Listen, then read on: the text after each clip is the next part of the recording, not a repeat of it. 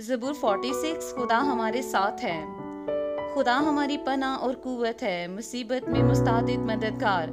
इसलिए हमको कुछ खौफ नहीं, ख्वाह ज़मीन उल्ट जाए और पहाड़ समंदर की तह में डाल दिए जाएं, ख्वाह उसका पानी शोर मचाए और मौजज़न हो और पहाड़ उसकी तहयानी से हिल जाएं। एक ऐसा दरिया है जिसकी शाखों से खुदा के शहर को यानी हक ताला के मुकद्दस मस्कन को फरहत होती है। खुदा उसमें है, उसे कभी जुम्बश ना होगी। खुदा सुबह सवेरे उसकी कुम्मत करेगा। कौमें झंझलाई, सल्तनतों ने जुम्बश खाई, वो बोल उठा, जमीन पिघल गई। लश्करों का खुदावंद हमारे साथ है, यकूब का खुदा हमारी पनाह है।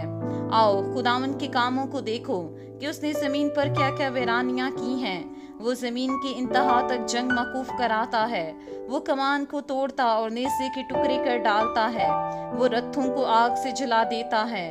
खामोश हो जाओ और जान लो कि मैं खुदा हूँ। मैं कौमों के दरमियान सर बुलंद हूँगा, मैं सारी जमीन पर सर बुलंद हूँगा।